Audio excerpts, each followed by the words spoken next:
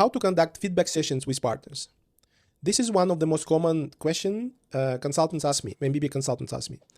And they ask how to conduct the sessions, what questions to ask, how to ask for feedback, how to provide feedback, how to position themselves in the best way to optimize for their ratings, promotions, etc., etc.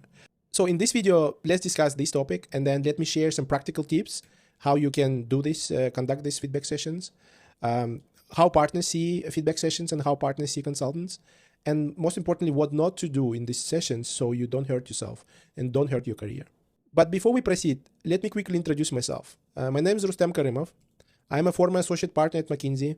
I worked at McKinsey for 9 years, and for the last 2 years, I coached MBB consultants to improve their performance, achieve success in their career, and become confident and stress-free consultants.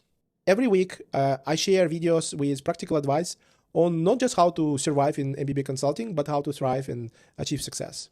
So please subscribe to my channel, click the like button, and then leave your comment and questions below. First of all, what I wanted to mention is that firms like McKinsey, BCG, or Bain, they are well known for their strong feedback culture. So if you are a first-year consultant, if you're any consultant, if you're anyone in the firm, you are expected to constantly receive feedback from your seniors, from your juniors, from anyone, right?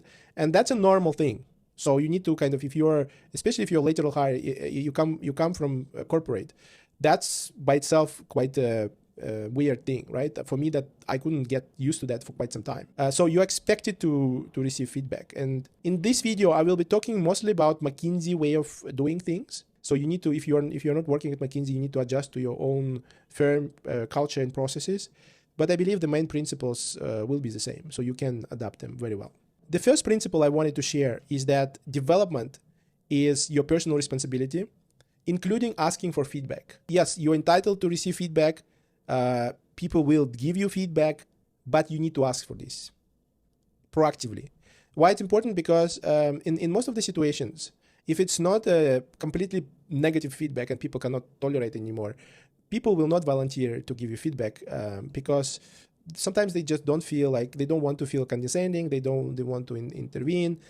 So if you don't ask, they will not give it to you. So you need to be more proactive in receiving feedback. Another thing that you need to understand is that it's not a safe environment for you. People may say it to you, but it's not, okay? You are constantly being evaluated. You are constantly being observed. Every single thing that you do affects how people perceive you. So if you are in the beginning of your career, optimize for your survival first. Think about your own interests first. Don't worry about the firm. Firm will be fine without you or with you, right? So, and then one important thing is maybe refrain for quite some time providing negative feedback to your leaders.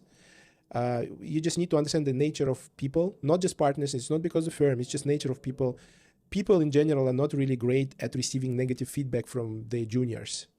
There is still some hierarchy in the organization, and then especially if your reputation is not strong and they don't respect you that much because you're new, that will not land well, okay? You will just kind of alienate people for no reason. Understand, you cannot change them, not from that position. So in that sense, just be a little bit more kind of positive about things, and then don't go on a crusade trying to change everyone around you. I made this mistake early in this journey. Just don't make my mistake. It's useless. There is no point in doing that at this time of your journey. Do feedback regularly. Okay, so that's very important. One of the biggest mistakes consultants make, they receive feedback, they ask for it at the end of the project, and I think at that time it's already late. Whatever you get, that's what you get. You cannot change it. You cannot work on that. You cannot frame it, and you cannot kind of progress on that, right? So in that sense, it's almost useless to get feedback at the end of the project. Okay, so do it regularly throughout your project. And the rule of thumb that I suggest you to have is feedback with managers once in 2-3 weeks, and then feedback with partners once in 3-4 weeks, depending on how close they are to the project. You need to have feedback with partners. At least at McKinsey, that's an important part of your work, and you expect it to partners to know you. I know in other firms it's a little bit different, but at McKinsey, you expect it to be known by partners, and if you're not visible, if you're not receiving feedback from them, something is not working well, right? Something is broken. Ideally, you time your feedback after some big wins. Okay, it's not always possible, but if you have a big win, always use it for feedback. Okay, so let me explain what I mean. Imagine you had some big steerco, and then it was a successful one. Maybe not even necessarily successful because of you, just a team effort and everyone exhaled, partners are in a good mood, everything is great. And then after this moment, you can say, hey, can we find 30 minutes to discuss feedback with this partner, right? Not necessarily in the same day, but can be a few days after that. But time it to the time it well, right? So you use these kind of big moments, release moments, exhale moments. Because if you time it poorly, and then everyone imagine crunching for a steerco and something is not working well, clients are not happy, and then there is a kind of very difficult situation in the team, and then you go and ask for feedback. Partners are stressed in that situation. You become a punching bag, right? Don't become a punching bag. And because partners will remember what they voiced over. If they told you something, it just kind of crystallize in their mind in a stronger way. Most likely that's what you will find in your feedback memo. Okay, so don't kind of do the unnecessary hurting yourself. Be very clear on your goals, what you want. And be clear on your goals early in your journey. So in the, let's say, first half of the project, on the feedback session, tell them what you want to achieve, what you want to learn. They can change things. They can create opportunities for you to do that. It's especially important in some of the special situations that you might have. For example, you are preparing for a promotion. Or, for example, you have some difficult situation in your cycle that you are risking to get a negative rating. Or you are gunning for a positive rating in this cycle, right? So you tell them what's happening with your cycle, what you want to achieve, and ask for help explicitly. I need your help to get my EM promotion.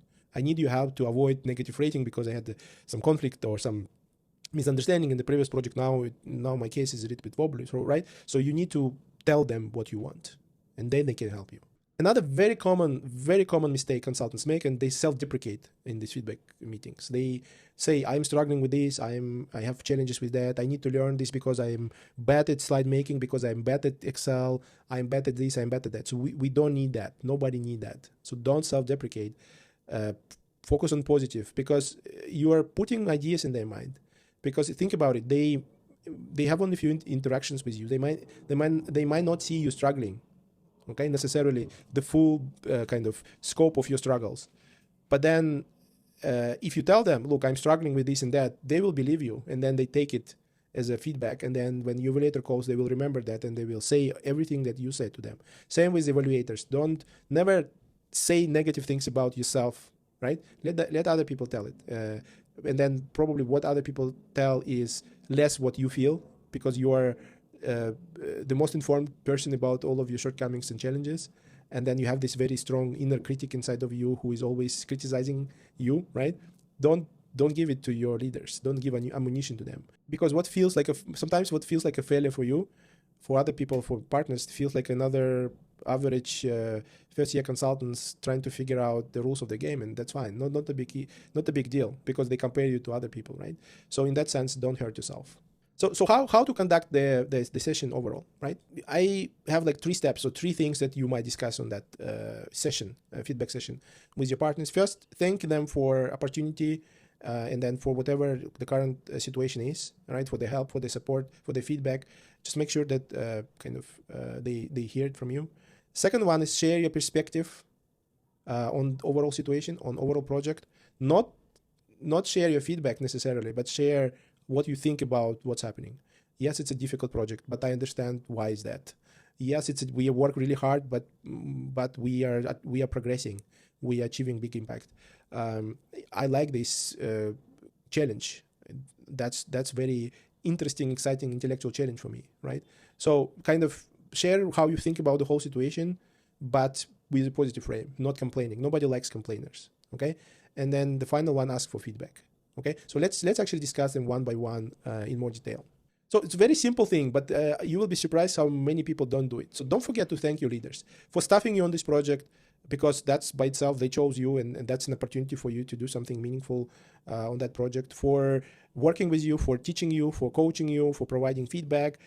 So just kind of appreciate, right? Because that's kind of surprising to me that a lot of people take it for granted and then just kind of never mention that.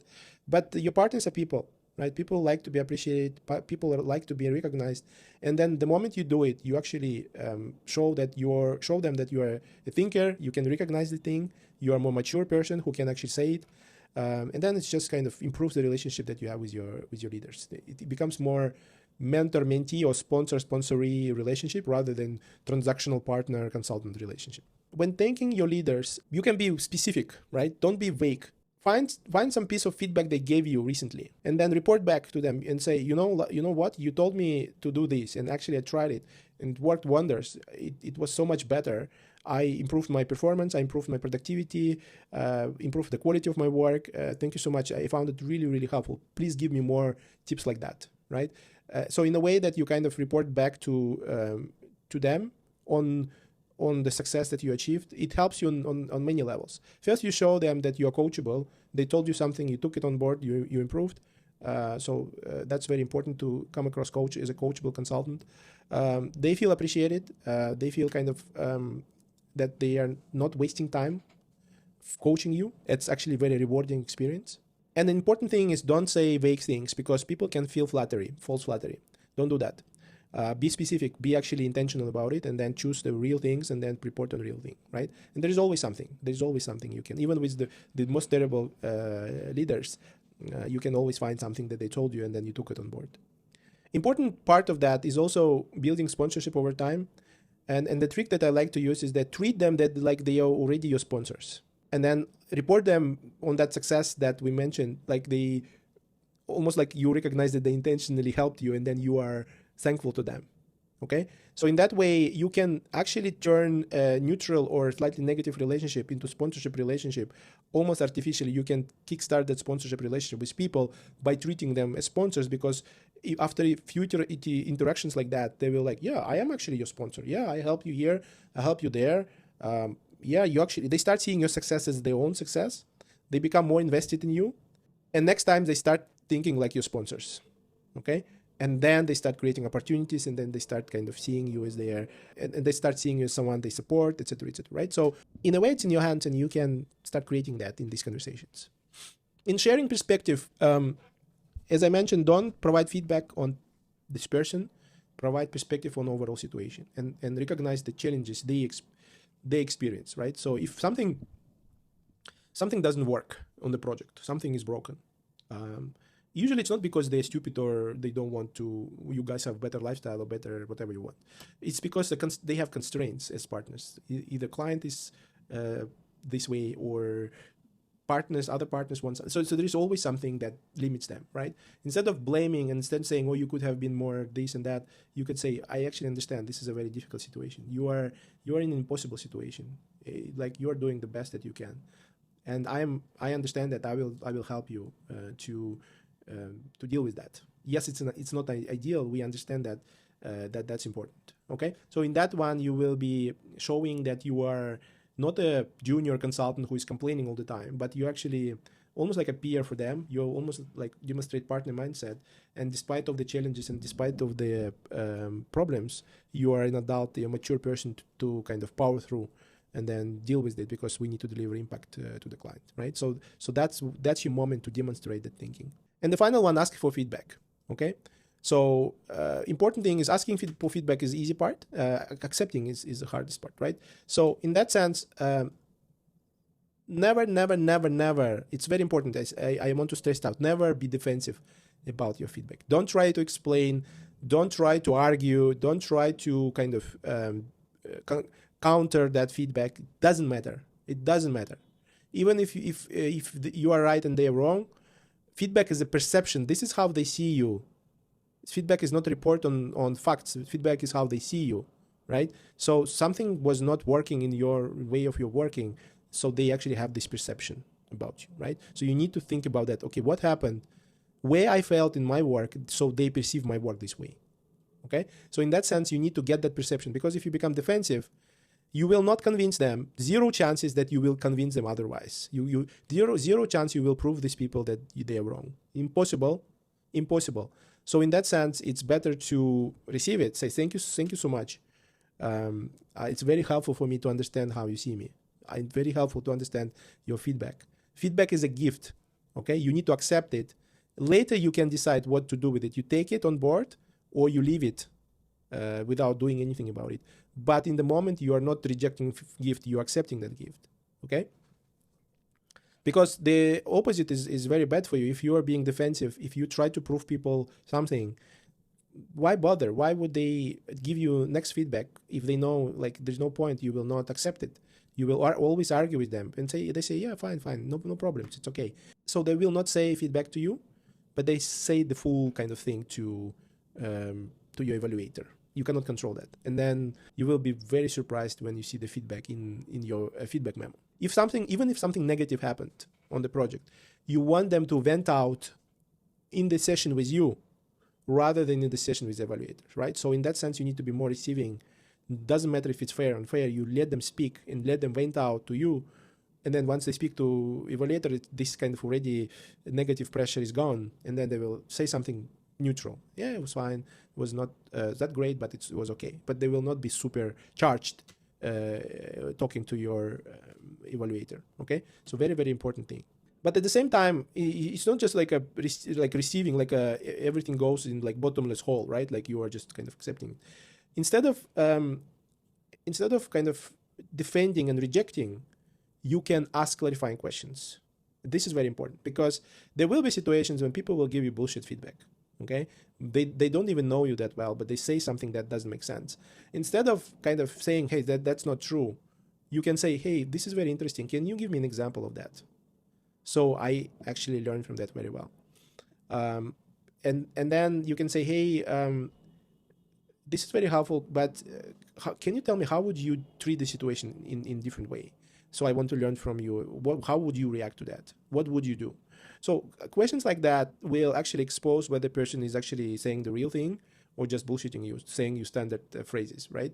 And then once in a while, you will catch people doing that, saying you this generic bullshit. And then once you catch them once or twice like that, they will remember that and they will be like, oh shit, I need to better be careful not telling generic stuff to Rustem because he always asks very clarifying questions. So I need to think twice and then be prepared next time. So in a way, there is a bit of a protection for you against this bullshit feedback, but not through confrontation, but through asking questions. Okay, and then asking open-ended questions so they cannot say yes or no, but they need to expand on their thinking. Okay, so that's it on how to conduct feedback sessions. Remember, feedback is a gift. Don't fight it, accept it, don't take it personal. Feedback is not a characteristic of your performance. Feedback is a representation of their perception. Okay, so you remember you need to work not just on your performance, on making sure people perceive it in the right way. So in that sense, it's a data point. It's not a verdict. Okay, so in that sense, try to detach yourself from feedback. Don't get super emotionally damaged by that. I know it's very hard to do. Easy to say, harder to do. But that's how you should treat it. And then, important part is if you want help in improving your performance overall, book a free consultation call. And then on that call, we will discuss your current challenges, your current feedback that you receive from your partners. What are your aspirations? What you want to achieve as a best case scenario? And we will determine together if my coaching program is the best fit for you to actually achieve your goals. Okay, so that's it for today. Thank you for watching. See you next time.